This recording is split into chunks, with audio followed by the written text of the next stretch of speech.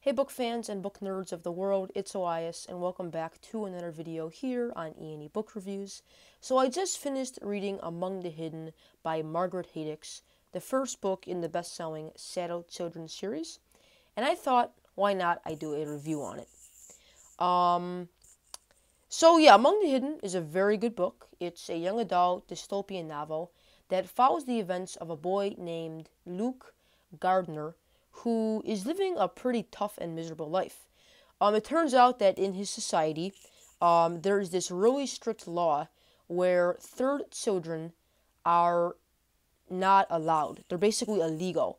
And in the society he lives in, families can only have two children. And if they do have a third child, they have to go into hiding because if the government finds out about these children, then they're going to be killed. So Luke, he's a third child, meaning that he can't live a normal life like his brothers. He has to stay in the shadows, he can't go outside, and he's basically just living a pretty tough life. At the start of the story, we actually do learn that Luke had a pretty good childhood up until he was about 6 years old.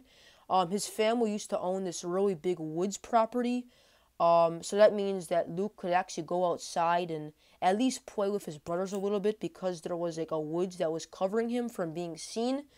But then later in the book, we learn that the government decides to take control of this woods. So Luke, he can't go out in the woods anymore because the government is patrolling this new territory, meaning that Luke has to stay hidden in this really tiny attic where he really has no bed and it gets really, really hot upstairs.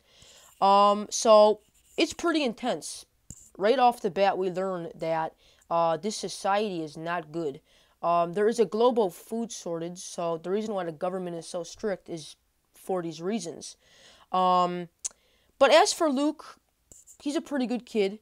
He doesn't really seem to mind living like this. He does kind of get jealous that his brothers, get to be normal and that he has to stay hidden.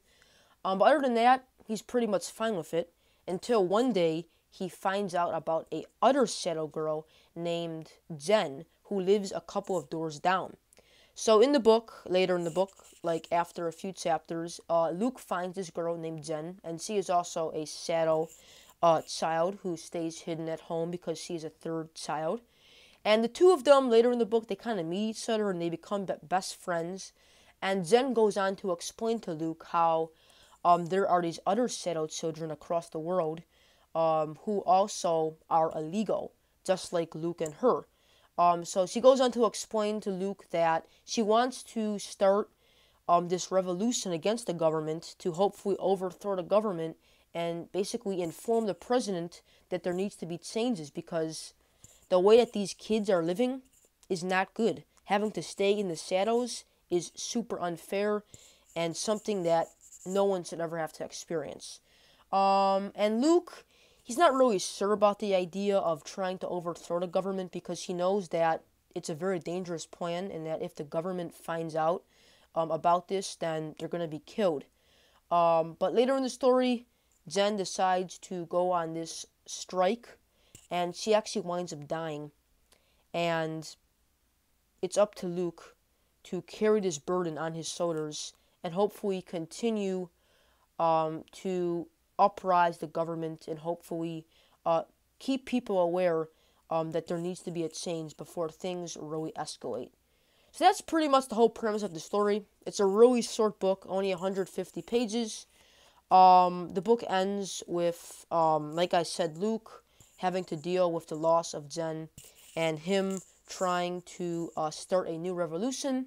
He also has to become someone else using a fake ID card, which kind of gets pretty complicated.